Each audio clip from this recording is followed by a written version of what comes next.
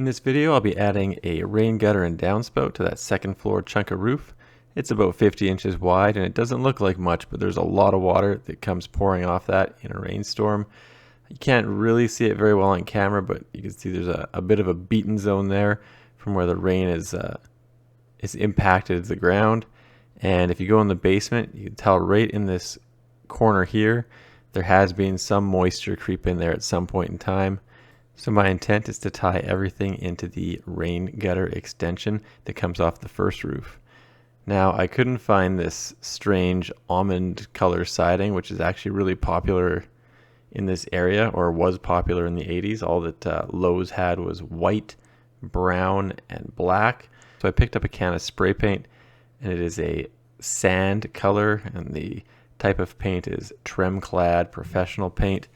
It seems to do a pretty good job. I found that this sand color was quite close to the actual color on the house, probably about 90%. You'll see it when it's all done, but it isn't perfect. To get the correct color would be a special order, and I just wanted to get this done before winter so that I don't have any rain coming in the basement.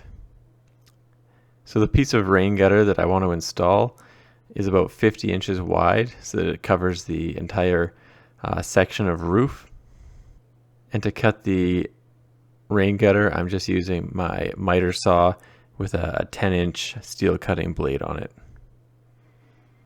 While I'm waiting for the spray paint to dry on the sections of downspout, I'm going to install the end caps on both sides of my rain gutter. So I'm using this Euromax Canada gutter seal. Not sure what Euromax Canada is.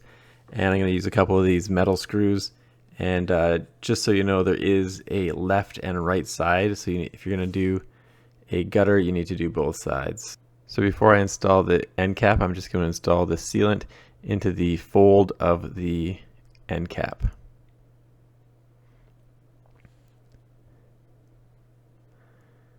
No mystery here, it can be a little bit stubborn, but you just need to fit the end cap all the way onto the chunk of rain gutter. Once the end cap is fitted, I'm going to take these self-tapping metal screws and just screw it down so that it's extra secure. I found that these screws were important in pinching all the metal together and creating a good tight seal with the metal and the sealant that was applied. In total, I only used 3 of these screws per side.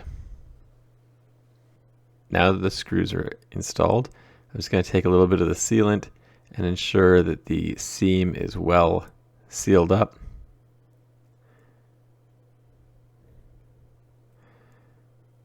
So this is the only thing that I used my finger for without a glove. After this, I found the sealant to be very sticky, and I did not do this again. So I would recommend, if you have vinyl gloves or something similar, to wear those so that your hands don't get all covered in this gutter sealant. So there's the end result with the end cap screwed on and the interior of the gutter sealed up.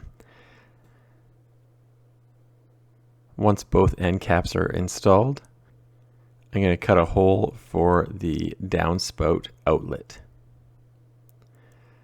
For this, I'm cutting it directly in the center, which is, generally speaking, not where you would normally put the downspout outlet, but since it's such a small piece of gutter, I find that this is actually going to make it sit where I want it to. If I put it further out on either end, I would either be dealing with brick, or I would have to take the downspout all the way to the ground. So right in the middle seems to make a lot of sense for me.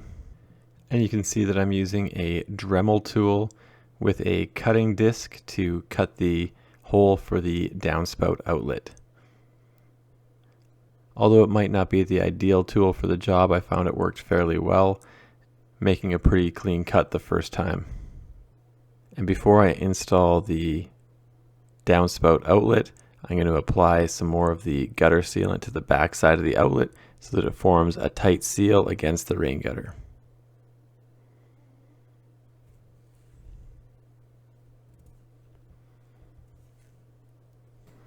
Once the sealant is on the downspout outlet, it just pushes into place. I found it was convenient to use a stair to give a hard backing to the rain gutter so that it actually had something to press against and it wouldn't flex the rain gutter too much. And I'm going to use 4 of these self-tapping metal screws to secure the downspout outlet firmly to the rain gutter.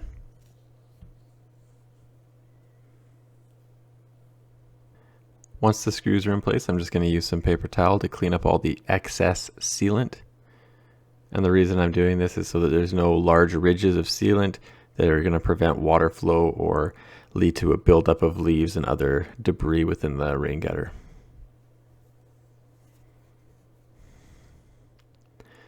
Once that's done, my rain gutter is pretty much good to go. And you can see the first elbow is going to fit on just like that. And I'm going to build this on the ground just to make it a little bit easier to work with, because it is on that second roof and it is going to be a little bit awkward to actually deal with things once the rain gutter's on. So for the most part, I'm going to build this rain gutter and upper downspout section on the ground. And I found that it wasn't even really necessary to measure it. I just went up on the roof once, held the gutter in place, and sort of measured up the downspout just by eyeballing it, and it worked out quite well. To attach the downspout elbow, I found it beneficial to pre-drill for the screws and then use the self-tapping screw to secure the elbow to the downspout extension. And if you're wondering why I went from white to this sand color, it's just because the rest of the house is using that as the theme, so I just went along with what already existed. And like I said, I assembled the first 90-degree elbow, the small extender to bring it to the wall, and then the second 90-degree elbow right on the ground, and that prevented me from having to lean out over the small section of roof and ultimately, try to be a little bit safer. I'm using these hidden hangers to secure the rain gutter to the fascia. Essentially, they just clip into place on each side of the rain gutter, and then you just use that large leg bolt to screw the whole system through the fascia and into the fascia board. And just because this section is less than 4 feet, I'm only using 3 of them, so 1 on each end and 1 approximately in the middle. So now I'm going to go up on the ladder and install that right onto the fascia, just like that. So I don't actually have a good video of me screwing these hidden hangers into place, mainly because I was holding the gutter with one hand and screwing it in with the other. For security, I'm using this Petzl gree and a chunk of rope attached safely to the other side of the house. So there it is after I installed it. Like I said, I don't have a good video of me putting the bolts in. What I would say is the bolts were not necessarily difficult in concept to put in, but it definitely get a good wrist pump going on. So you can see just how much water that small section of roof had to service. Basically, both sides of that metal channel were dumping down onto that one section, causing a small Niagara Falls effect. So standing on the lower roof, you can see that I've put on the first downspout there, as well as the first 90-degree elbow to bring it across the roof.